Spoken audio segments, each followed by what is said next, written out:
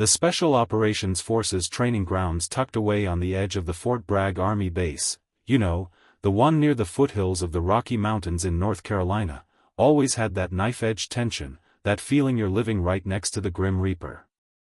Especially the long-range rifle range, all craggy rocks and loose dirt.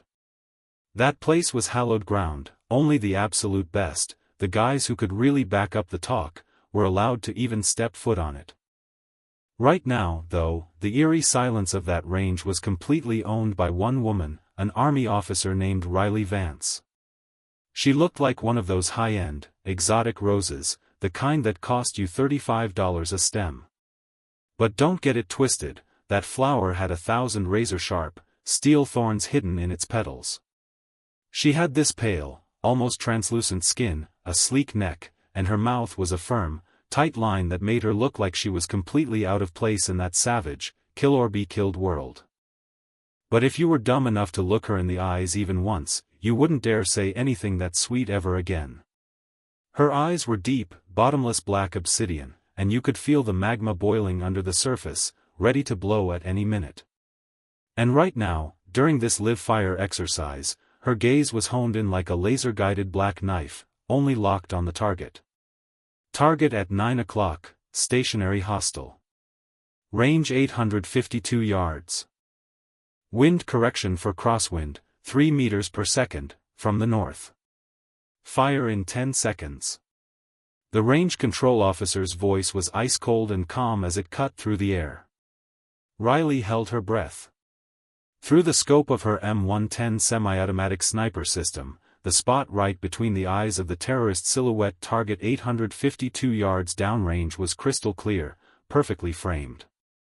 Her slender, long fingers, not a drop of sweat on them, gently brushed the trigger, almost caressing it. Her heart rate was slowing down, and every single sensation in her body was focusing, narrowing down to the dead center of the crosshairs in the scope, one single, solitary point. Thwack! A sharp, dry crack that sliced the stillness of the mountain air. The next instant, the target's head was blasted apart, right in the center, absolutely obliterated. The old master sergeant next to her, who was looking through binoculars, couldn't help but let out a gasp.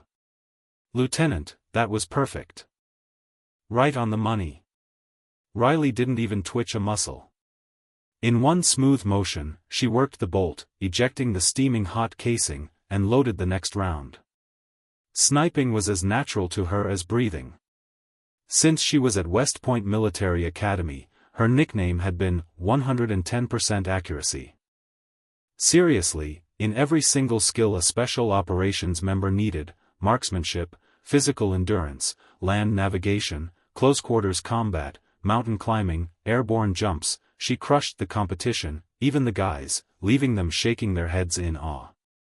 That's why when she took the job as the executive officer for Alpha Company, the soldiers were definitely surprised and curious at first. But they quickly moved on to absolute trust and deep respect. She didn't waste time with pointless chatter, she always proved herself with action. If there was a brutal training evolution, she was always leading the charge. She memorized every soldier's name, listened quietly to their problems, and found ways to fix them. Her leadership was the central force that fused the whole company into one solid, unbreakable unit. However, there was one man, and only one, who absolutely couldn't stand her guts, Captain Thomas "Bull" Harrison, the Alpha Company commander. His ego, mostly fueled by the fact that he was a Defense University graduate, was taller than Mount Everest, but his actual ability wouldn't even qualify him for the training camp at the bottom of the mountain. He barely scraped his way into special operations, and his entire military career had always been below average, at best. Seeing Riley with her insane skills in shooting and physical fitness just shoved his own pathetic lack of talent in his face, sparking an unbearable, scorching-hot inferiority complex. To hide his incompetence, he controlled his men with an overbearing, authoritarian attitude and foul, guttermouth insults. And those insults were always aimed at Riley, the brightest person in the unit. "Hey, Vance. Don't you go getting all high and mighty again." The shooting drill had just ended, and Bull hurled his slimy, venomous voice at Riley's back while she was breaking down and cleaning her rifle in the tactical tent. His mouth was a sewer, the words he spewed always stank like an open drain.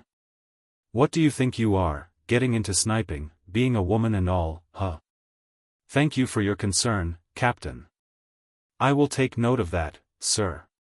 She replied calmly, coldly, without even looking up.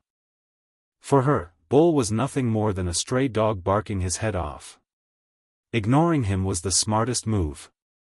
But that calm, composed attitude just poured more gasoline on the fire of Bull's inferiority complex. He was convinced she was looking down on him. Take note of what? There ain't gonna be any take note if you keep messing up. I'll grind that pretty little face of yours into the dirt with my boots, you hear me? Bull spat out the threat and stormed off. Riley stayed behind, continuing to clean her rifle meticulously. But the fingers wiping down the weapon's chamber were gripping the rag with unusual force.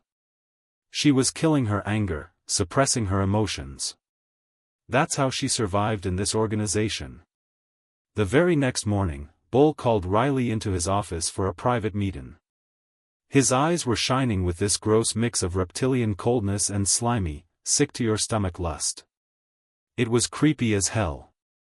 "Lieutenant Vance, I gotta say, I appreciate your abilities. I truly do. So I'm handing you a special assignment." "Sir, what is the nature of this assignment?" "We need to do some advanced reconnaissance of the operational area before the Joint Forces military exercise next week. Specifically, the unmapped terrain around the Spears Peak in the Rockies, the area where there are no maintained trails, is going to be key to the mission. I want you and I to conduct this top-secret recon. Secrecy is the absolute priority. The Spears Peak. That's a brutal mountain, one of the biggest in North America, topping out at over 10,400 feet in elevation. And he wanted to go off the established trails, into an untamed, super dangerous area? Going on a scouting mission with only the company commander to a place that treacherous was completely insane. It went against every regulation in the book. Riley's eyebrow barely moved. She could almost see Bull's malicious intent hanging in the air like a black fog. But in the United States Army, an order from a superior officer is law. She had no way out. "Understood, sir. I will prepare for the mission." Riley answered sharply and snapped a perfect salute. Deep in her eyes, a cold, calculated sense of caution had already begun to take root. A satisfied, nasty grin spread across Bull's face, and he turned away. The shadow his body cast stretched long behind him, looking like a giant serpent, an Ouroboros, opening its massive jaw, ready to swallow Riley whole. She didn't know it yet, but that snake was already sharpening its fangs to cut her lifeline. On the day of the mission, the Rocky Mountains were shrouded in a thick, dense morning fog, with the last traces of night still clinging to the peaks. The air was frigid, stinging her lungs, and their breath came out in white clouds. Bull and Riley stood at the mouth of the trail leading toward the Spears Peak, each wearing a 45-pound backpack. The only sounds were the occasional whisper of wind through the scrub and the taut, heavy silence between the two of them. It didn't take long for Bull to drop the act and show his true colors.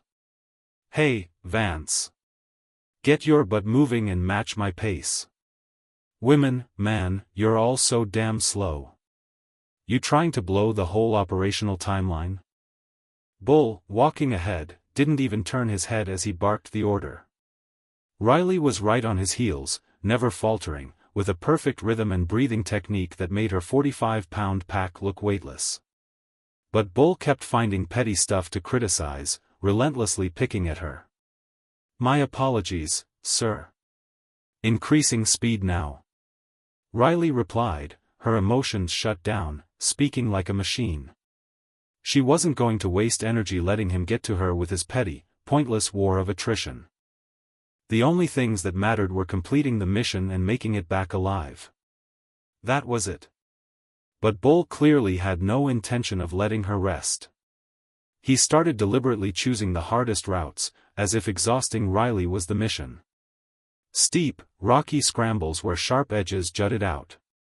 Unstable gravel slopes where her boots sank to the ankle. Thick scrub brush that clawed at them and made every step a fight. He was obviously hoping to hear her complain, to hear her gasp for breath and beg for a break. But Riley didn't utter a single complaint. She showed no signs of fatigue, silently following him. Her steps were surprisingly light and steady, the gait of a mountain specialist, honed by years of brutal training. In stark contrast to her cool composure, Bull was a sweating, panting mess, like a cornered animal. Seeing her so calm, so unruffled, completely shattered his fragile ego. "What, you think you're better than me, huh? Trying to make me look like a fool by pretending this is easy." A low, vicious snarl escaped his lips. Bull suddenly slammed on the brakes and spun around, his eyes blazing with resentment. "You mocking me, you hear? I'm the one out here sweating my ass off, blazing the trail, and you're just enjoying the hike behind me." "Sir, I have no such intention whatsoever." "No intention? It's written all over that smug face of yours. You worthless piece of trash. You little sow." Bull shoved his face right up to hers, spitting out his insults. The horrible mix of his saliva, sweat, and rank breath stabbed at her nose. "Captain Harrison, we are in an operational area. Please refrain from emotional outbursts." Riley held her ground, her tone cool but firm, leaving no room for argument.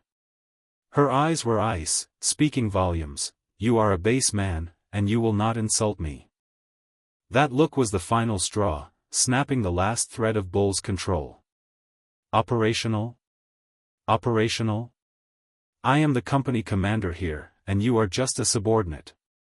I could kill you out here, bury you, and file it as an accidental casualty during a mission, and that would be the end of it. You get that, you naive little princess?" He screamed the words and impulsively shoved Riley's shoulder hard. She instantly recovered her balance, but her eyes were now an absolute, terrifying sheet of ice. Fighting back against a superior officer, that's a court-martial offense, no question about it. But Riley's patience was just about cooked.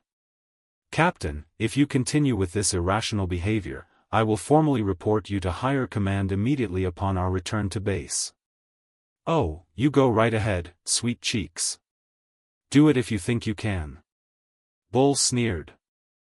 "Crying to the brass and selling out your boss, that's the oldest trick in the book for a woman, ain't it? But what good is it gonna do you? There's nobody else up here. Not a single person to hear you scream." Bull let out a wild, cackling laugh and started walking again. His madness was now off the rails, moving into seriously dangerous territory that no one could control. I don't know how much time passed. When the sun finally hit high noon, they left the last sign of any hiker or trail behind and stepped into a beaten-down path that wasn't on any map. A rotting, red sign that said, "Restricted Area, No Entry," blocked their way, but Bull just plowed right past it without a second thought. "We're going this way. This is the shortcut to the Spears Peak." "Sir, this is a restricted area. It's too dangerous." "Dangerous?" Bull scoffed. "Since when does a special operations soldier get scared of a little danger? And you're the mountain specialist, aren't you? This is nothing for you." He sneered, crushing Riley's warning flat. She had no choice but to follow his orders. The woods got thicker, and the terrain turned nastier. Finally, they hit a massive rock face, a sheer, vertical cliff with a bottomless drop plunging away beneath them. "All right, we're here." Bull took a big, ragged breath, his face full of a sick sense of twisted accomplishment. "Sir, what exactly are we doing here?" Riley asked, her guard fully up. "What do you think?" "Training, of course." "Training." Bull pulled a thick climbing rope from his pack and flashed a horrible, oily grin. "I'm going to personally test out your much-vaunted mountain skills, Lieutenant Vance. Right here, right now." The sick twist of his mouth told Riley this wasn't just some nasty harassment. It was a promise of something far more evil, something bottomless. Every cell in her body started screaming warning. A cold shiver, like an icy finger tracing down her spine, shot through her. The wind ripping over the cliff carried Bull's high-pitched, disturbing laugh away. He played with the rope in his hands, circling Riley like a predator closing in on prey. A top-tier special ops soldier should be able to keep their cool even hanging upside down, right? You wouldn't tell me you can't handle that, would you? Those words, and the crazy light in his eyes, hit the final alarm bell for Riley. This wasn't training. This was an execution, a chance for him to feed his twisted inferiority complex and his desperate need for control. And it was a clear-cut act of murder, one mistake away from being fatal. The blood in her veins went instantly cold. Stop, sir. This is not authorized training. Even as an order, I cannot comply with this. What did you say? The smile vanished from Bull's face, replaced by an ugly, insulted rage. This is a company commander's direct order. You think you have the right to refuse me? Now stick your foot out. I'm gonna tie it up nice and easy for you. Spitting as he spoke, Bull lunged with a dirty hand, trying to grab Riley's ankle. In that fraction of a second, Riley's body moved faster than her brain. The close-quarters combat training, beaten into her over years, took over. She instantly trapped the wrist of his grabbing hand and twisted the joint backward. At the same time, she put her body weight into a sharp elbow strike, landing it perfectly on his exposed solar plexus. A sound like a frog being crushed escaped Bull's lips. Gasping for air, his face contorted in agony, and he crumpled forward. Riley didn't waste the opening. In a flash, she moved behind him, wrestled him to the ground, hooked her arm around his thick neck, and locked him down completely. Choke sleeper hold. You need to regain your control immediately, sir. Riley's voice, cold but shaky, was almost lost in the wind. This is not insubordination. This is an act of self-defense against your abnormal conduct. But even pinned down, Bull just snarled like a wild animal, his face a mask of hate. You touched me. Your career is over, you hear me? Striking your company commander. That's treason. I'm sending you straight to a court-martial, you slut. You stained my record. I will never forgive you. His words made Riley hesitate for a split second. The military code, the articles of war, flashed through her mind like lightning. If she completely neutralized Bull, hauled him back to the base, and reported the whole story, would she even be believed? They were alone on this mountain. No evidence. No witnesses. The absolute dirtbag Bull would spin the entire thing, blame everything on her, and paint her as a rogue officer who rebelled against her superior. If she followed through, her military career would be over. She'd put an irreversible stain on the proud legacy her father and grandfather had built. More than anything, her rock-solid belief in serving her country would be crushed and spat on by a man like Bull. That tiny flicker of doubt, that less than a second pause, that was the fatal opening that plunged her fate into the abyss. Bull didn't miss the moment her arm pressure eased up even slightly. Pinioned on the ground, his trembling hand fished inside the pocket of his combat fatigues. Feeling the hard, familiar shape, he clenched it with every bit of strength he had left. It was a sharp-edged rock he'd picked up earlier, the size of his palm. Die! With a savage roar, Bull twisted his body, broke free of the hold, and simultaneously swung the rock down at Riley's head. A dull, sickening thud echoed through the woods. An agonizing, searing pain shot through Riley's temple. Her vision warped and twisted, exploding in a blinding red flash. Her brain violently rattled inside her skull, and all strength drained rapidly from her body. The tables turned instantly. Bull grabbed a fistful of Riley's hair and slammed her face into the rocks on the ground again and again. He savagely kicked and stomped on her body with his military boots, breathing heavily like a predator that had just made a kill. "You little elite bitch. You thought you were so tough. What a pathetic sight. You hear me, you piece of garbage?" His face was twisted in a devilish snarl of victorious certainty. "The real hell starts now. I'm going to give you all the real despair you deserve." Bull began to furiously, obsessively tie up Riley's ankles with the heavy climbing rope, his hands working with an unsettling, eerie efficiency, like he was performing a ritual, sacrificing an offering on an altar. In Riley's fading consciousness, one thought hammered against her skull: if I hadn't hesitated, if I had just snapped his consciousness then and there. But that regret was too late. Her vision slowly faded to black. After finishing his preparations, Bull smiled like a true demon. He took one end of the rope and relentlessly wrapped it around the thick trunk of a fir tree rooted right at the cliff's edge, knotting it securely, making sure it wouldn't slip. Meanwhile, Riley's consciousness flickered back. The blood from her temple was caked with dirt and grit. Her body felt like lead, she couldn't even twitch a finger. "Awake already, princess?" Bull grabbed her hair again and started dragging her toward the edge of the cliff, like she was a dirty rag. The grating sound of the rocks and gravel tearing at her uniform was a horrible rasping noise in her ears. She couldn't fight back, her body was completely locked down. "Enjoy this, little whore. This is a special swing I prepared just for you." At the very brink of the cliff, Bull roughly rolled Riley's body over. Her vision was instantly filled with the upside-down sky and the deep, hungry chasm of the ravine far below. The jagged rocks at the bottom looked like the bared teeth of a starving beast, waiting for her. "See ya.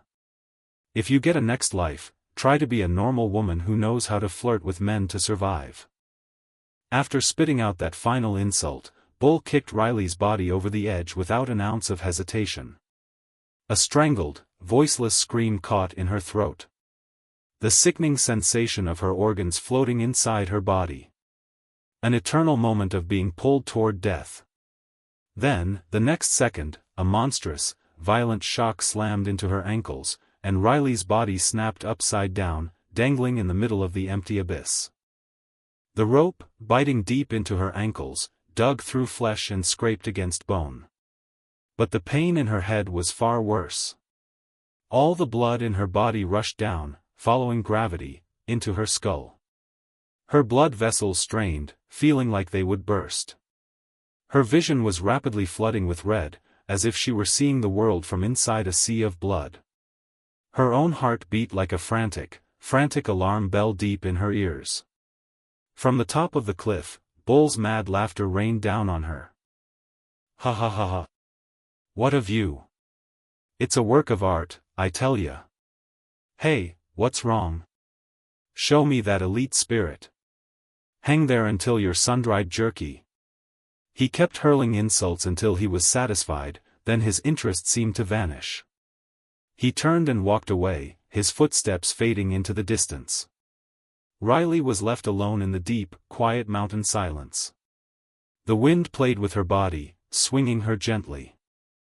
The shadow of death seemed to be rising, not from below, but from the top of her head, slowly engulfing her. Is this how it ends? Her consciousness was beginning to swirl.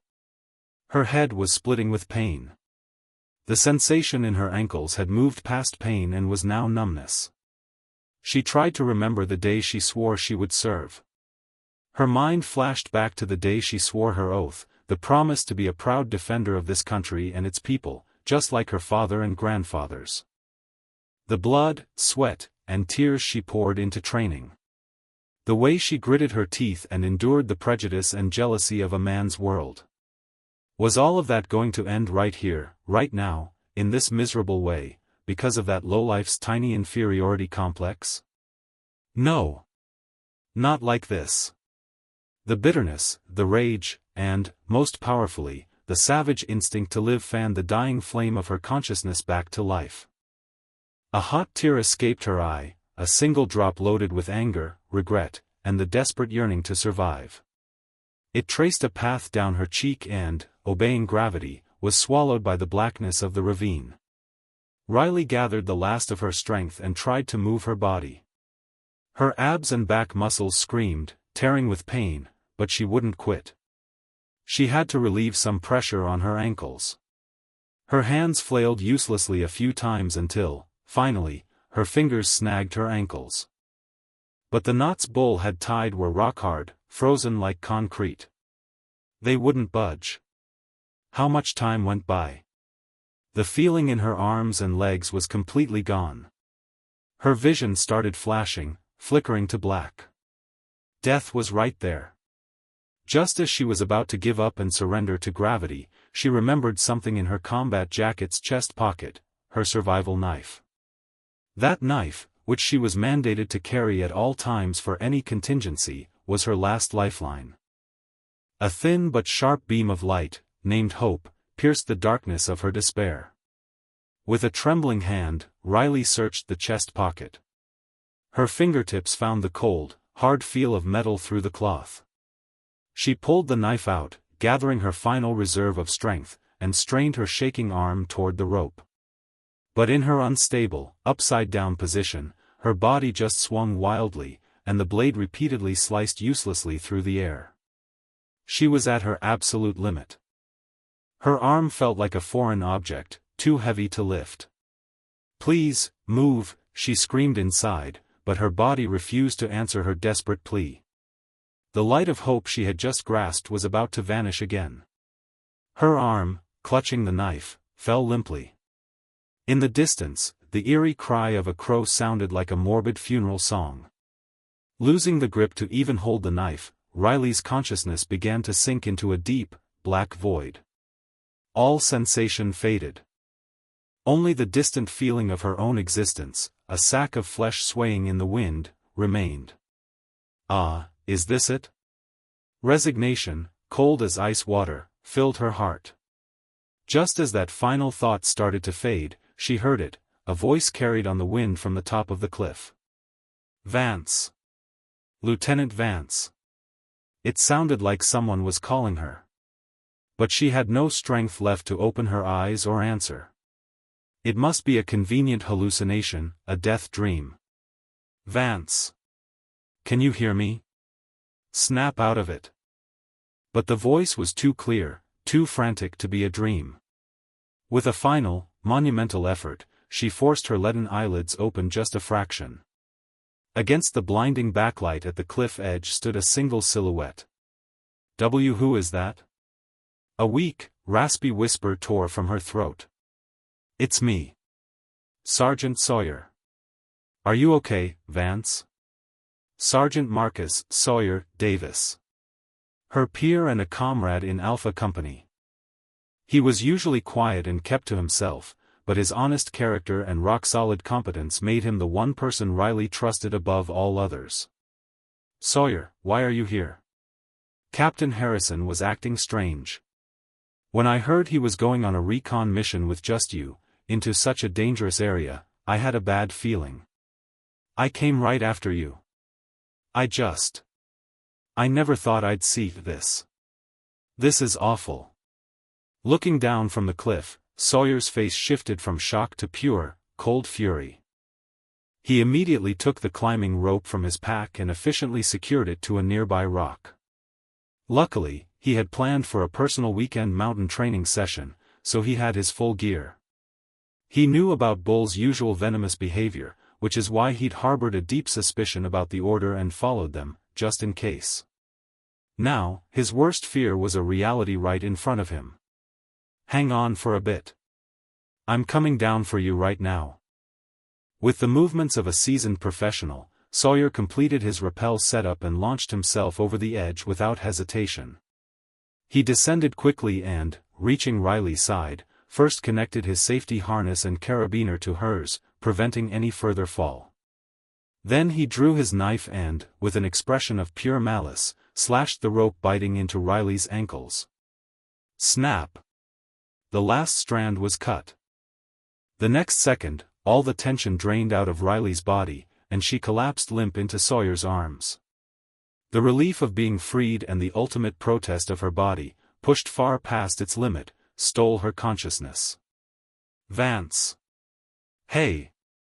Stay awake, Vance. With Sawyer's desperate calls echoing behind her, she fell into a deep, merciful sleep. When Riley next woke up, she was lying on a flat patch of ground a little ways from the cliff. Sawyer must have covered her with his jacket, her body was faintly warm. You're awake. Sawyer leaned over her, his face etched with worry. Riley managed a weak nod. He had applied first aid and carefully brought a little grape juice from his emergency rations to her lips. Sawyer, thank you. If you hadn't come. We'll talk about that later. But this cannot be forgiven. I'm reporting everything the minute we get back to base. Riley shook her head weakly. No. If you report through normal channels, Bull will just squash it. And, he might have bigger forces backing him up. With a trembling hand, she reached into the inner pocket of her fatigues. Tucked inside was a waterproof memo her father had given her, with the instruction, only use this if something terrible happens. It contained only one thing, a phone number. Call this number. Tell them I sent you. Sawyer took the memo, instantly realizing the gravity of the situation. This wasn't just a simple superior officer abuse case. This was Riley's final, absolute ace in the hole, one she was willing to use by bypassing the official chain of command. He swallowed hard and nodded silently. I understand. Sawyer pulled out his satellite phone and, with a shaking finger, slowly and deliberately entered the number on the memo. The line rang a few times, the sound syncopated with his own pounding heart. Finally, it connected. Hello. The voice on the other end was a man's, low and heavy like earth. It had an overwhelming presence, an authority that seemed to control the very air around it just by existing. Sawyer instinctively stood up straight, snapping to attention toward the phone. Sir. This is Sergeant Marcus Davis, United States Special Operations Forces. Sergeant Davis. What do you want? The voice was calm, unflappable, and impossible to read. Sawyer desperately formed his words. Sir, Lieutenant Riley Vance was just attacked and nearly murdered by her superior officer, Captain Thomas Harrison, here in the Rocky Mountains. We have the lieutenant secured, but she is in critical condition. A moment of silence followed. It was a still, heavy quiet, like the calm before a hurricane.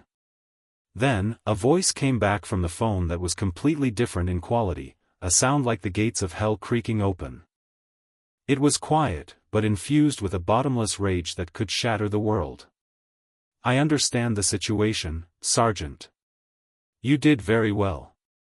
That was the voice of General Douglas "Rock" Vance, a 4-star general, one of the highest-ranking officers in the United States Army, and the commander of Central Command, overseeing 350,000 soldiers protecting the eastern half of the nation. He was also Riley Vance's father. Inside the fortified walls of the Pentagon, in the heart of American defense, General Vance's office was a picture of cold silence. The polished mahogany desk, the walls lined with tactical maps, and the view of the nation's capital outside the window all spoke of his power and authority. Rock Vance sat motionless, like a mountain, systematically clearing a mountain of immense paperwork. His face was a stoic mask, completely void of emotion. But deep in his eyes was the steel will of a man who'd clawed his way through 1,000 battlefields. The silence was broken by the discreet chime of a secure satellite direct line on his desk. His executive officer started to reach for it, but Rock stopped him with a quiet hand gesture. Only a select, tiny circle of people knew that number, and when it rang, it always meant a national, or a Vance family, emergency. Rock picked up the receiver himself. Sergeant Davis's voice, full of tension and urgency, hit his ear. Rock listened in silence. The report was brief, but every word was like an ice pick hammered into his heart. Lieutenant Riley Vance was just attacked and nearly murdered by her superior officer, Captain Thomas Harrison. In that instant, all sound vanished from Rock Vance's world. His blood stopped. Color rapidly drained from his fingertips. The fountain pen in his hand cried out under the force of his crushing grip, the cap screaming before the barrel gave way. Ink stained his fingers black. "I understand the situation, Sergeant. You did very well." His voice maintained its normal, chilling calm. But inside, a magma-hot rage was boiling, generating an immense pressure, ready to erupt. "Do not move from your current location. I will be there shortly." The call ended. Rock quietly set the receiver down. He slowly rose and looked out the window at the gray sky over Washington, D.C. His beloved daughter, the only flower in the male-dominated Vance family, had chosen the same hard, lonely path as he had, a choice that made him immensely proud. Now, that treasure had been brutally stomped on by a miserable insect. The heartbreak of the father and the ice-cold fury of the four-star general brought his blood to a rapid boil. With a trembling hand, he reached for another phone on his desk. Speed dial 1. The direct hotline to the office of Major General Kenny Vance, commander of the elite 82nd Airborne Division at Fort Bragg, North Carolina. Before the first ring finished, a gruff voice answered, "Vance. What's up, brother?" Major General Kenny Vance was Rock's younger brother, a ferocious warrior, feared even by his own troops as a demon. "Kenny, Riley was hit." That's all Rock said. But Kenny understood everything the single sentence implied. Who was the son of a bitch? A sound of something being snapped echoed over the phone. Kenny's voice was low, growling like an enraged beast. "A Captain Harrison out of Fort Bragg." "Understood." Next, Rock pressed speed dial 2, the hotline to Major General Hugh Vance, Director of Operations at Army G3/5/7 Command. Hugh was Rock's other younger brother, known as the brain of the family, a sharp-witted strategist. "This is Hugh. Hugh, Riley was assaulted by a captain at Fort Bragg." Rock repeated the same words. "The extent of her injuries?" Hugh's voice was ice-cold, but Rock could feel the razor-sharp edge of his brother's rage in the stillness. "She'll live, but it is unforgivable." "Agreed." "Absolutely." No more words were needed among the three brothers. They shared the same blood, the same warrior soul, the same family. Vengeance for a daughter, for a niece, it was an absolute and non-negotiable decision. "Meet me at the Pentagon helipad in 10 minutes. Kenny, you grab a chopper from Bragg. Hugh, secure an Army helicopter from the Pentagon." "Roger. Will do." Short replies, then the calls were cut.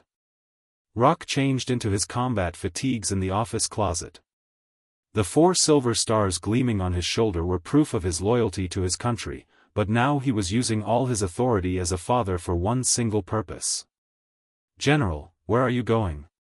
His executive officer, sensing the dangerous shift in his demeanor, asked tentatively. Rock didn't look back, giving only a single sentence that sounded like it came from the depths of hell: "Pest control." Simultaneously, the roar of 3 UH-60 Black Hawk helicopter rotors ripped through the air over the Pentagon. The thunderous sound was the prelude to an impending storm, a silent promise of the brutal reckoning that was about to begin. The Vance men's blood was boiling, stained with the color of vengeance. The late afternoon sun was painting the peaks of the Rocky Mountains a fiery red. In stark contrast to the beautiful scenery, Captain Thomas "Bull" Harrison, making his way back to base, was muddy and exhausted, his face an earthy gray. But deep in his hollow eyes, a toxic satisfaction and a distorted sense of relief flickered, the look of a man who'd finished a job. "It's done. That woman will never bother me again." It was a perfect plan. A top-secret mission, just the two of them. An accidental casualty in a dangerous, unmapped area. No witnesses, no evidence.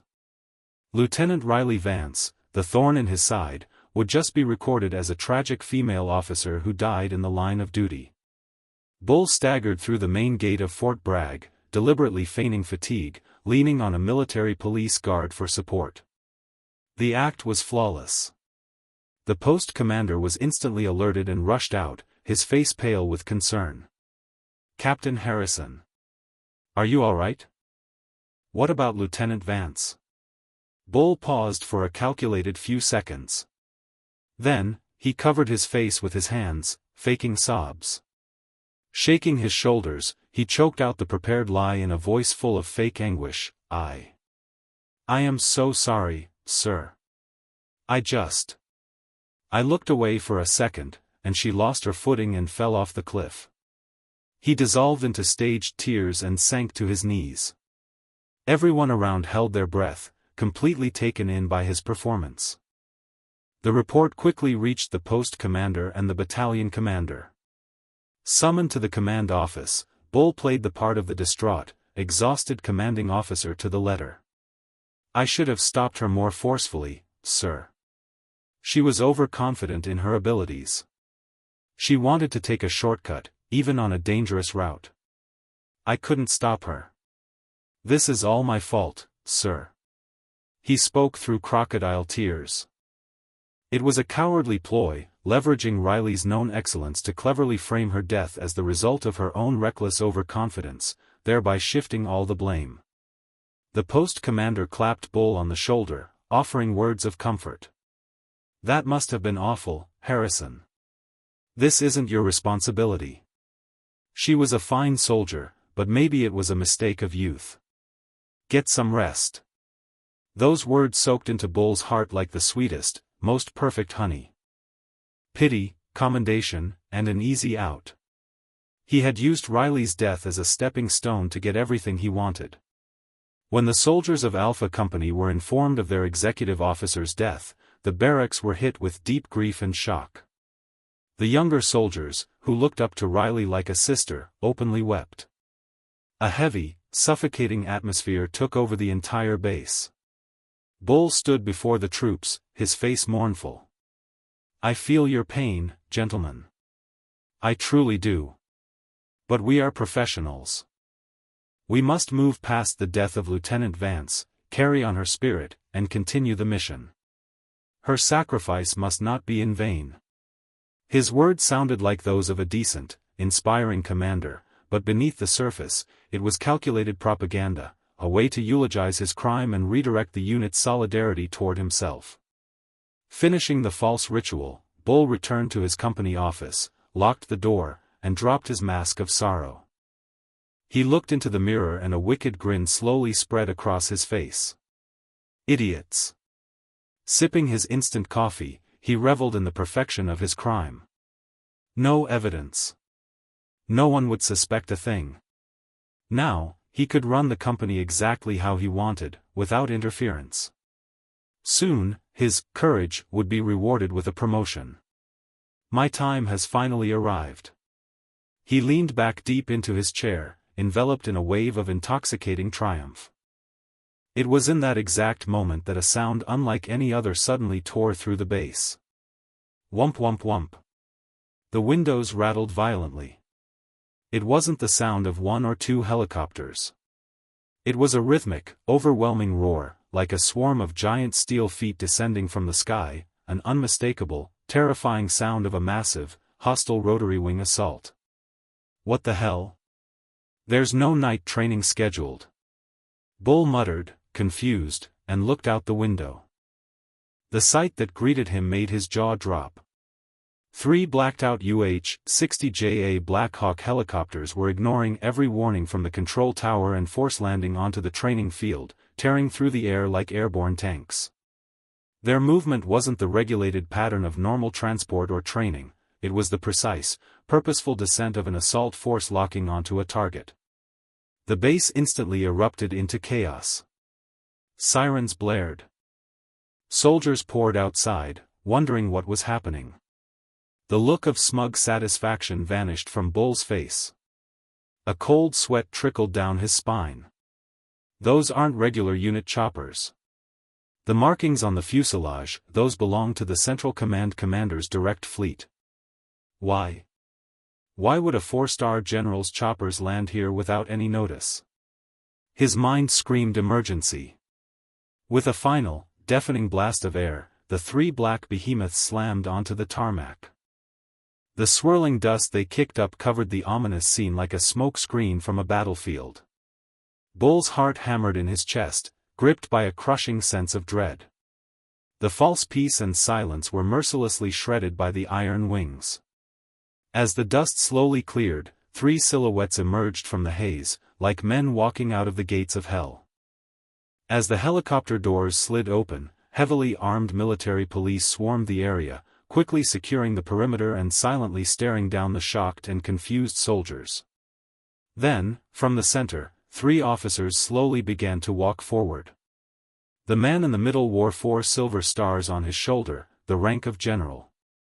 He was the closest man to the absolute top of the United States Army. His presence alone exuded the steel authority and dignity of a man who commands over 350,000 soldiers.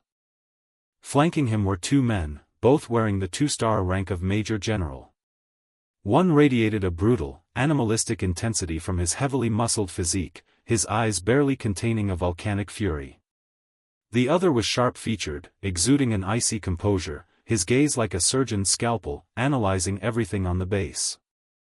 General Douglas "Rock" Vance, commander of Central Command, Major General Kenny Vance, commander of the 82nd Airborne Division, and Major General Hugh Vance, director of operations, the 3 Vance brothers had arrived as angels of death to strike a blow for one daughter, one family name.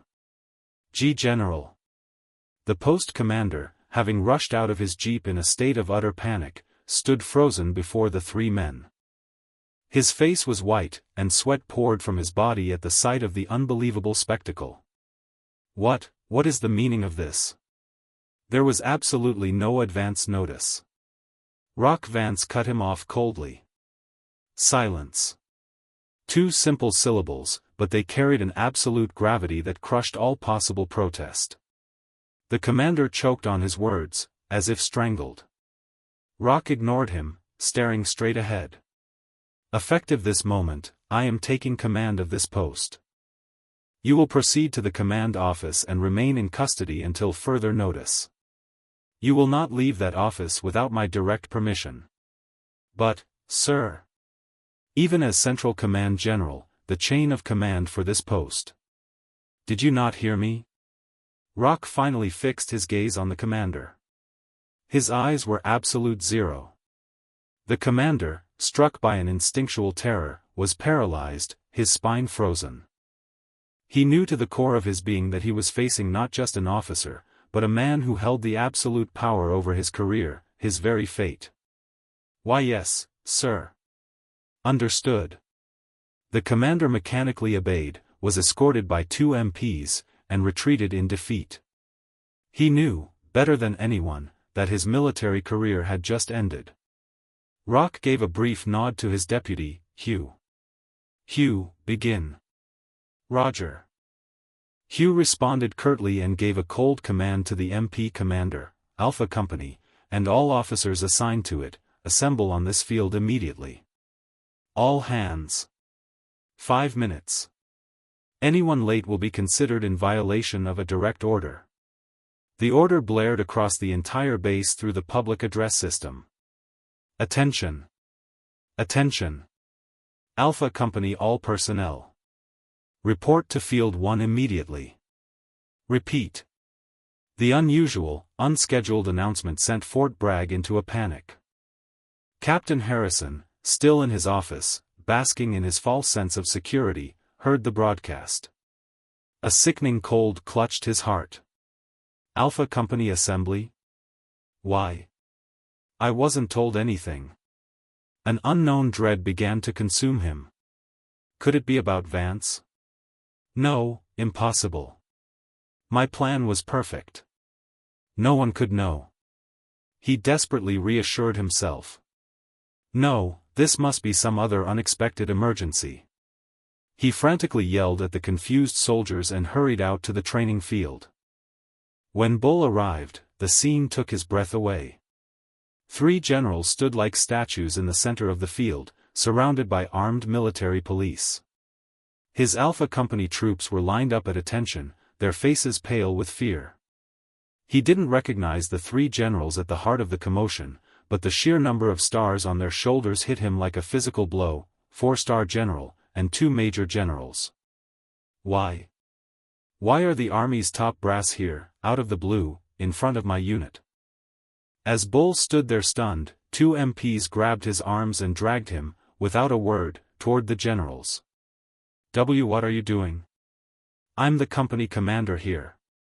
He struggled uselessly, against the burly MPs. He was a child. He was shoved, like a prisoner, in front of the 3 men. The 4-star general in the center slowly looked down at Bull. It was a look of boundless contempt and quiet, deadly intent, like gazing at a worm crawling in the garbage. Bull froze under the stare, his body rigid with fear.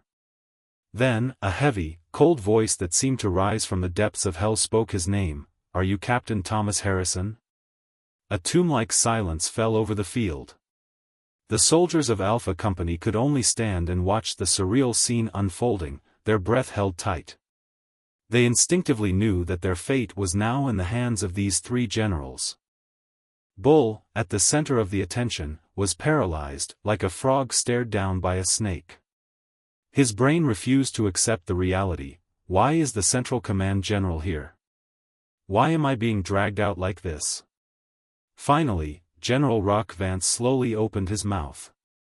He wasn't using a microphone, but his voice resonated clearly and heavily across the entire field like a deep chime. I am the Central Command General. That single statement sent a chill down the soldiers' spines. Bull's heart skipped a terrified beat. The reason I stand here today is simple: to personally pass judgment on a shameful crime that has occurred within this unit, a crime that trampled human dignity and stained the honor of a United States soldier. Rock's words struck the ears of every soldier like a steel whip. A crime? What crime? Confusion and turmoil spread through the ranks. Bull's thoughts were completely paralyzed. Rock stared down at Bull's frozen face. Then, the next sentence, which would freeze the air on the training field forever, was delivered. The executive officer of Alpha Company, Lieutenant Riley Vance, whom you were told died in a mission accident, she is my daughter. Bull's heart lurched. The world collapsed with a crashing sound. Everything went white, and a high-pitched ringing screamed inside his skull. Daughter? Riley is the general's daughter? No. Impossible. That woman. The one I looked down on, insulted, and shoved off a cliff, is the only daughter of one of the highest-ranking officers commanding the U.S. Army? Blood rapidly drained from Bull's face.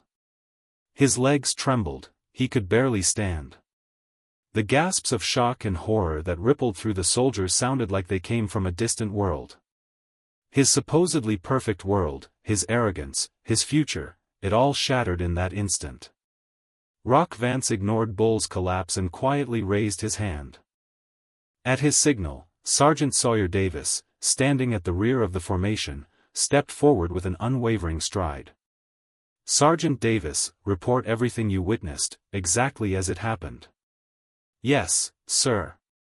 Sawyer glared at Bull with absolute hatred and began his testimony in a level voice. He detailed the captain's abusive language, the intentional guidance onto the dangerous route, and the moment Bull struck Riley and pushed her off the cliff. As Sawyer's calm but truth-heavy testimony continued, the soldiers' faces shifted from shock to anger, and finally to betrayal and despair over the depth of their commander's wickedness. Then, Sawyer pulled out his satellite phone and pressed play. Ha ha ha ha. What a view. It's a work of art, I tell ya. Hey, what's wrong? Show me that elite spirit. Hang there until you're sun-dried jerky. The voice, full of crazed laughter, blasted from the speaker. It was unmistakably Captain Harrison's own voice. Sawyer had recorded everything from the clifftop just before rescuing Riley, leaving behind irrefutable proof. That voice sealed Bull's last escape route completely. Ah. Meaningless sounds choked out of his throat. His body convulsed, his knees giving way. He was finished. But a cornered rat will sometimes try to bite the cat. Bull began his final, most vile and cowardly desperate plea. He dropped to his knees and screamed, "And no. It's a trap. That woman seduced me." His eyes, now completely insane, stared into the void. She was the type who always flirted with men. When I didn't go along with it, she retaliated and tried to frame me. Yes. It was all her plan. You have to believe me. The words were so base, so dishonorable, defiling even the reputation of a dead, or nearly dead, soldier. In that very moment, Major General Hugh Vance, who had stood perfectly still, erupted in a terrifying burst of pure killing intent. His sharp expression instantly turned into that of a maniac. "You piece of filth. Don't open your dirty mouth again." The voice that escaped Hugh was low and deep, like a roar from the earth. Hugh literally flew off the platform. With unnatural agility, he covered the distance to Bull in a second, grabbed him by the front of his uniform, and lifted him clear off the ground. Bull's eyes were bloodshot. Insect. The next moment, Hugh slammed Bull's body to the ground like he was tossing a sack of garbage. Thud. With a dull, heavy impact, Bull sank into the hard ground of the training field. The thunder of judgment had only just begun. The impact knocked all the air out of Bull's lungs. Coughing, covered in dirt and spit, he could only press his hands together, begging for mercy. But there was not a trace of compassion in the eyes of the three generals looking down at him. "Kenny." Rock quietly spoke his brother's name. Major General Kenny Vance, who had been standing there, a volcano of intense rage barely suppressed, stepped forward with heavy, deliberate steps toward Bull. As the commander of the 82nd Airborne, his entire being radiated the raw scent of pure, unadulterated violence. Bull recoiled miserably, near fainting from the sheer pressure of the man. Kenny loomed over him, looking down with utter contempt. "A man like you, wearing the badge of Special Operations?" His voice was a low, choked growl, every syllable dripping with the searing rage of having a soldier's honor stained. "That rank is a badge of the soul, only for those who pledge their sweat and loyalty to the nation and its people. A man who abuses his subordinates and lies for his own selfish gain has no right to wear it." Kenny slowly grabbed the front of Bull's uniform and pulled him violently upward. With his other hand, he put his fingers on the golden Special Operations Forces insignia stitched on Bull's right chest. "No! Stop!" Bull shrieked. It was his last shred of pride, the final fortress that barely held his self-worth together. But Kenny's fingers tightened. Ryipe. The thread tore, the fabric shredded, and the badge was mercilessly ripped off. Lying on the ground, it was nothing more than a dull piece of metal. "Ah! Ah!" Tears and snot poured uncontrollably from Bull's eyes. But Kenny's execution wasn't finished. Next, his fingers moved to the major insignia on Bull's collar. "Stop! Not that. That's my whole life." Bull screamed and thrashed like a beast, but against Kenny's iron grip, his struggle was less than a baby's. "R.I.P. Rip." Both rank insignia were yanked off in quick succession and tossed onto the dirt. Stripped of his pride, his rank, and his future, Bull the soldier was dead. All that remained was a miserable, pathetic shell of a man, his very dignity completely taken away. Kenny clapped his hands together as if brushing off dirt and quietly returned to his brother's side. The training field was now enveloped in a silence deeper than before, like a graveyard. The soldiers stared blankly at the extrajudicial, almost execution-like ritual they had just witnessed. But not one of them felt sympathy for Bull. They felt a certain sense of liberation, that the humiliation and terror they had endured was finally being avenged. Finally, Rock Vance spoke again. His gaze was no longer on Bull, now groveling on the ground, but on the entire formation of Alpha Company and every soul on the base. Look closely. His voice was cold as a winter night. This is the fate of any soldier who betrays the path, who harms their comrades, and who degrades the trust of the nation. General Vance began to walk slowly through the assembled soldiers. Only his heavy footsteps echoed on the field.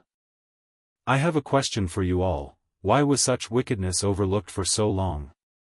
Why did no one speak up? His eyes pierced every single face. Are there not some among you who looked the other way? Who stayed silent for their own selfish gain? Or who even assisted this man? Every soldier dropped their gaze in guilt and terror. One rotten apple spoils the whole barrel.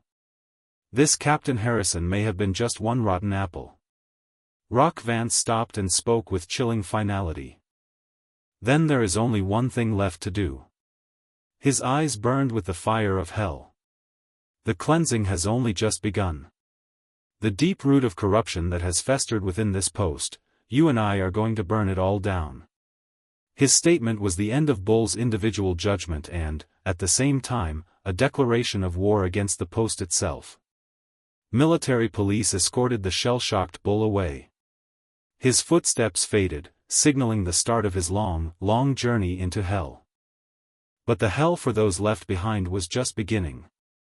General Rock Vance's fury was now turned on the organization that had allowed the decay to happen.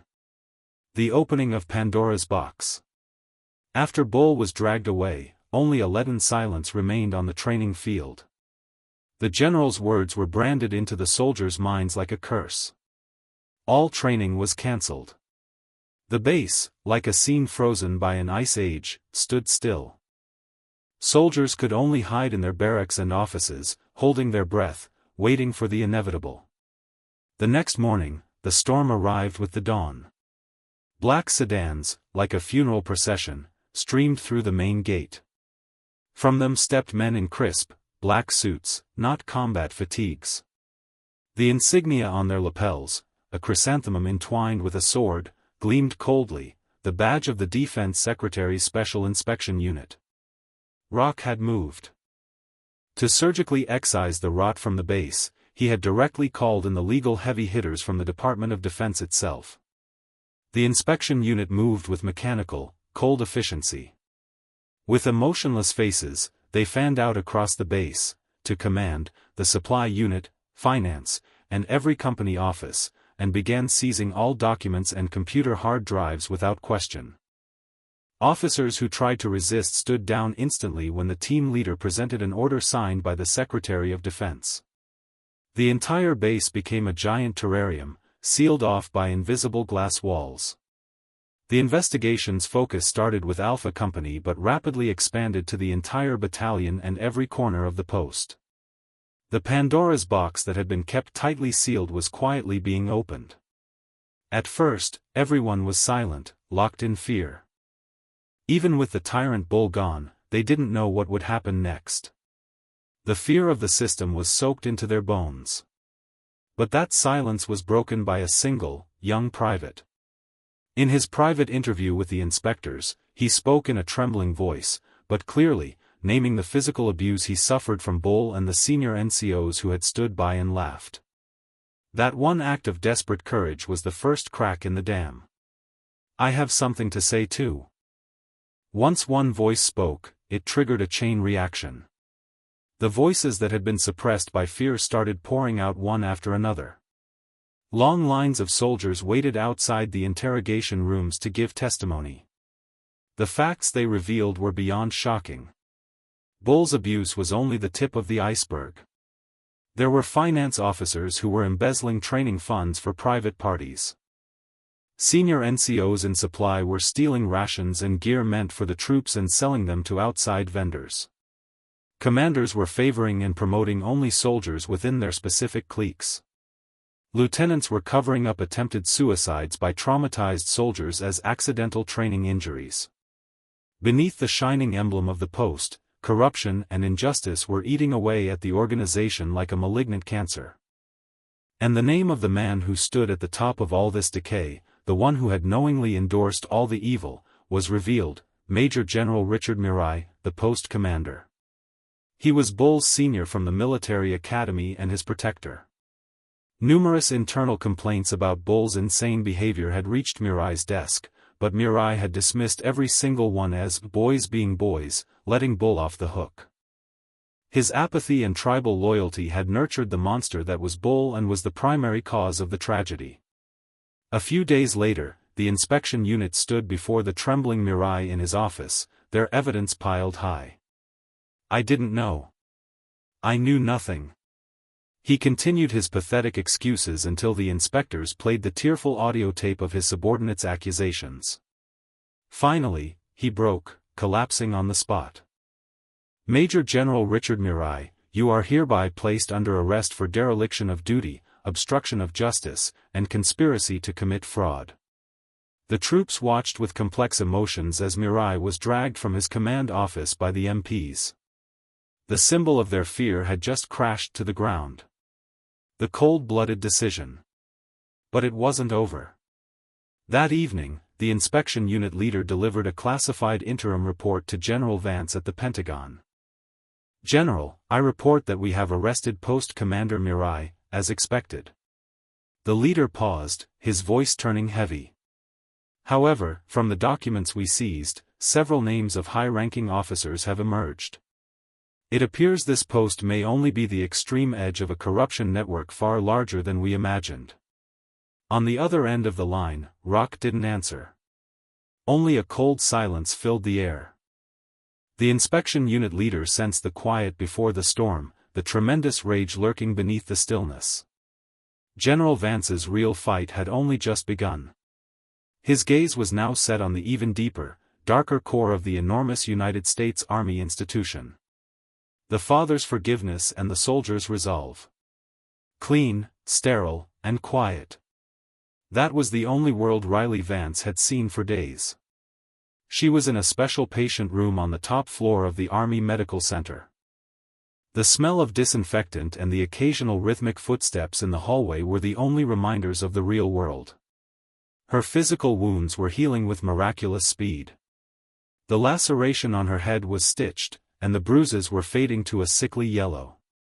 Only the raw rope marks on her left ankle, a constant reminder of the nightmare on the cliff, remained. But it was the invisible wounds that tormented her. The news on the hospital TV, the fragmented reports from Sawyer during visits, piecing it all together, Riley understood that the attack on her had far exceeded an individual crime. It had exploded into a massive storm that was shaking the entire army. Bull's arrest, Commander Mirai's dismissal, the Secretary of Defense's Special Task Force, the news was calling it the biggest scandal since the Army's founding. And she knew General Rock Vance's name was at the center of it all. She wasn't happy about Bull or Mirai being punished. There was a natural sense of justice, yes. But a deeper guilt and self-loathing weighed on her. She had wanted to confront this injustice as a soldier on her own. She had wanted to expose his crimes through the proper, disciplined channels, no matter how long it took. That was her philosophy as a soldier. But what had happened? In the end, she had played the ultimate card, Rock Vance's daughter. The absolute power of her father and uncles had crushed everything with terrifying ease. In the face of that overwhelming force, her own will and effort felt powerless and tiny. So many people are getting hurt, and the organization is in chaos because of me. Riley curled up on the bed, hugging her knees, letting out a small sigh. "I'm not just the victim, I'm the one who caused all this massive upheaval." The thought weighed on her like lead. A few days later, her father, General Vance, visited her alone. Dressed in simple civilian clothes, not his general's uniform, he picked up a paring knife and started peeling an apple at the bedside table. The rhythmic shhh sound was the only thing filling the awkward silence. The simple, domestic scene quietly broke down the dam in Riley's heart. "Dad!" she called out, her voice trembling. Rock stopped peeling and looked quietly at his daughter. "I'm so sorry. This all became such a mess because of me." Tears streamed from her eyes, creating small wet circles on the white sheet. I wanted to fight this on my own. I wanted to fight that man as Lieutenant Riley Vance, not anyone's daughter. But in the end, I had to rely on your power. I'm pathetic." A sob choked off her words. Rock cut the apple into quarters and slowly sat on the edge of her bed. He gently stroked her head with his big, calloused hand. "Riley." His voice wasn't that of a four-star general but of a father who loved his child. "This is not your fault. Absolutely not." He looked straight into her eyes. "You were only the spark that brought a massive, long-festering wound within the army to light. The tragedy that befell you is unforgivable. But because of it, we finally have the resolve to put a scalpel to this rotting system. You have nothing to apologize for. You should be proud. But I know exactly how you feel." Rock gently cut her off. "The unshakable conviction you've held since you decided to be a soldier, to carve your own path without relying on anyone else, your father knows it better than anyone. But, Riley, true strength isn't only about fighting alone." His hand softly wiped her tears. "When facing colossal evil and unjust power, true strength is knowing your limits, yet still having the courage to trust your comrades, to trust your family, and to accept their help. You are never alone. Never forget that." Her father's warm, strong words slowly melted the ice around Riley's heart. The guilt and self-loathing that had clouded her vision began to clear. "That's right. I'm not alone. I have comrades who believe in me. I have a family who risked everything to protect me." Riley lifted her tear-stained face and clenched her fists. The hesitation was gone. All that remained was the steel resolve of someone who had survived the storm. "Dad, I'm going back. To my unit." She said it clearly. "And this time, I will use my own hands, alongside my comrades, to build a unit we can truly be proud of. To make sure a tragedy like this never happens again." Hearing her words, Rock smiled with satisfaction, but there was also something enigmatic in the expression. His eyes held a deep, faraway look, as if he were seeing a future beyond the immediate horizon. "Yes. I'll be waiting," he said quietly. "The place you belong is already being prepared for you." Riley didn't yet understand the full implication of those words, but she knew one thing: her destiny would shift again the moment she walked out of that hospital room. On the day of her discharge, Riley once again put on her combat fatigues. The scar on her left ankle spoke silently of her resolve, like a warrior's medal. The base she returned to, Fort Bragg, had been completely transformed. Commander Murai and Bull's cronies, the symbols of the rot, had been swept away. Their empty slots were filled with clean, honest officers directly seconded from Army G3 Command. The stagnant air was purified, replaced by discipline and energy. But there was a subtle, strained tension in the air. The biggest change was the way the soldiers looked at Riley. Mixed with their former familiarity and respect was a sense of awe, a certain deference, as if she were a sacred presence not to be touched. She was no longer just Lieutenant Riley Vance. She was the flesh and blood relative of the three generals who had shaken the entire army to its core, a massive label that created an invisible wall between her and her comrades. The first person Riley was called to see upon her return was the new post commander. The gray-haired Major General, whose stern face hinted at an honest and sincere character, snapped a salute to Riley and handed her an official order. "Lieutenant Riley Vance, effective today, I am appointing you as the company commander of Alpha Company." Company commander?" Riley's eyes went wide at the unexpected command. This was the place her father had mentioned. It wasn't just a promotion, it was an incredibly heavy burden, to rebuild the shattered trust and reunite the wounded hearts of the soldiers in the very unit that Bull had corrupted. "You are the only one who can do this, Lieutenant." The commander, cutting off Riley's protest, spoke with a powerful voice. "You know this unit's pain better than anyone. And your experience in overcoming it, that is exactly what Alpha Company needs right now. This is the consensus of higher command, and it is the wish of those who believe in you. Staring into his sincere eyes, Riley made her decision. She couldn't run. She mustn't run. If this was the meaning of the strength her father spoke of, the strength to accept the help of family, then she had to live up to that expectation. Yes, sir. She bowed low and forcefully. The fate of Alpha Company's 140 soldiers settled heavily onto her shoulders. The ghost of the cliff returns.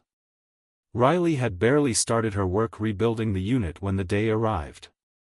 A piercing alarm blared across the entire base. Emergency! The air in the operations command center instantly froze. Satellite intelligence flickered across the massive screen: unknown armed terrorist group, possible infiltration in the Rocky Mountains. Numbers and equipment unknown. Locate and eliminate immediately. Amid the tension, a staff officer pointed a trembling finger at the operational map. The area most likely for enemy concealment is here, the sheer rock face near the south slope of Spears Peak. The red laser dot fell, with terrifying precision, on the very cliff that had changed Riley's life forever. The command center's atmosphere was instantly frozen solid. Everyone held their breath and glanced at Riley. They all knew what that place meant to her. The nightmare of that day rushed back with vivid, agonizing clarity: Bull's lunatic laugh, the black abyss of the ravine seen upside down, the rope's flesh-tearing bite into her ankles, the cold touch of death.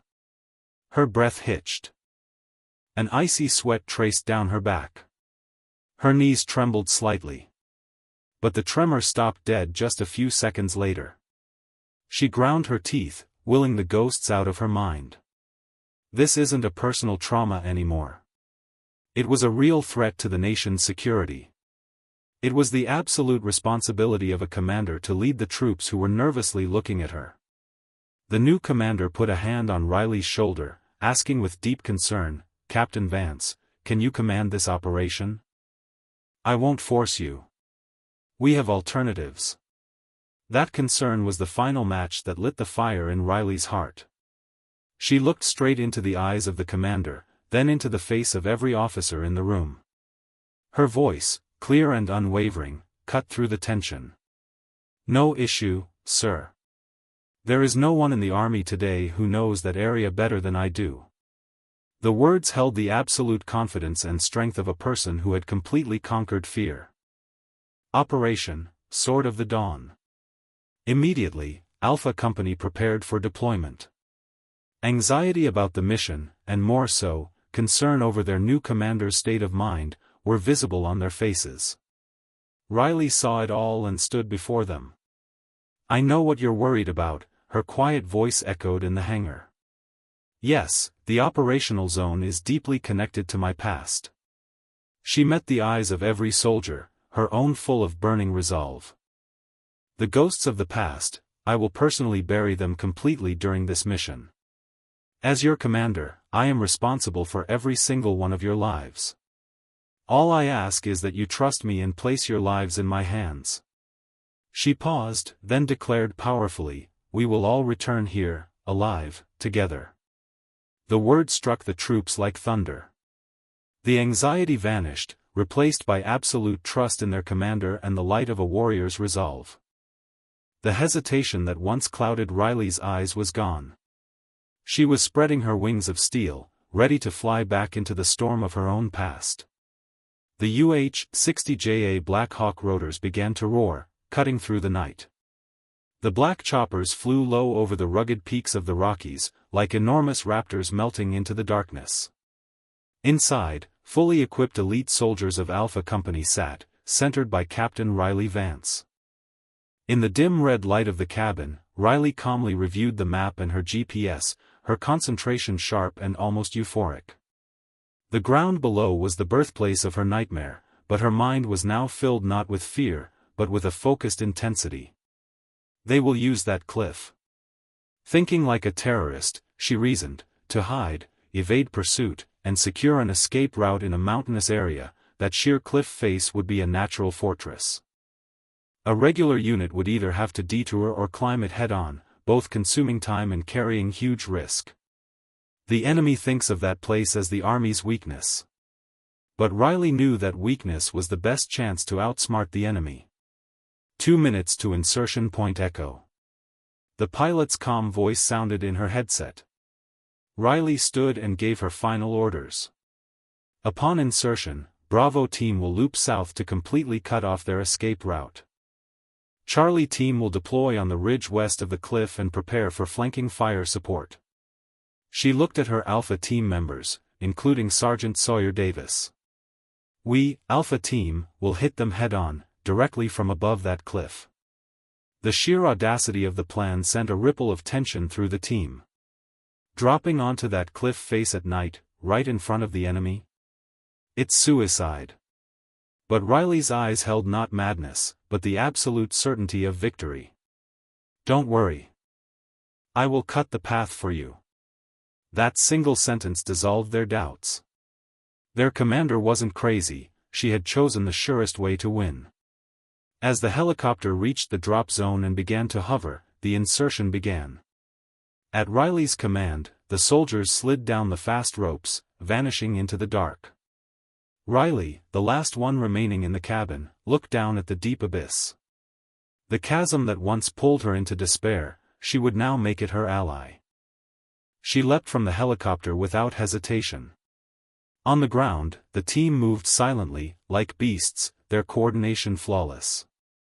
Riley's navigation was precise, as if she were walking in her own backyard. The entire terrain was mapped in 3 dimensions in her mind. An hour into the operation, the night vision scopes of Alpha Team, positioned above the cliff, finally picked up the enemy. 5 armed men were hidden on a rock ledge halfway down the cliff face, on alert. They had fully anticipated a pursuit and were planning an ambush right here. There you are. A fierce, primal smile curled Riley's lips. She radioed her teams a short command: all teams, attack position. Wait for my signal. She shouldered her M24 sniper rifle, a powerful, precise weapon. She inhaled slowly, peering through the scope.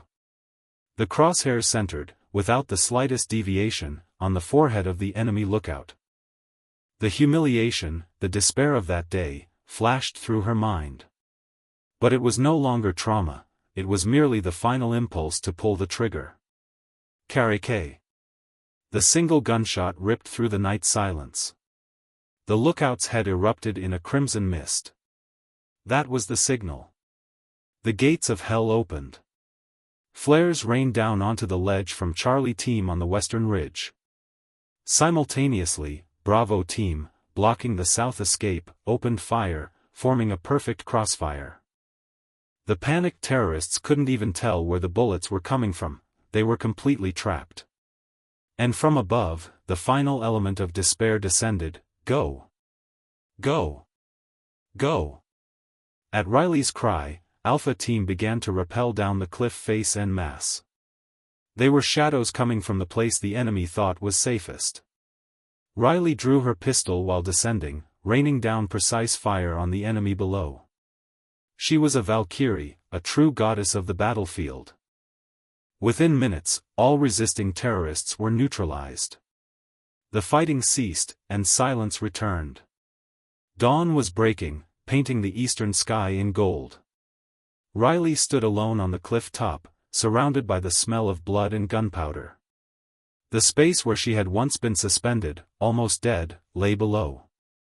But she felt nothing now. All the fear, the anger, and the hatred, she had left it all in the mountain with last night's gunfire. She had completely buried the ghosts of her past with her own hands. Her silhouette, bathed in the morning sun, was no longer that of a victim crippled by trauma.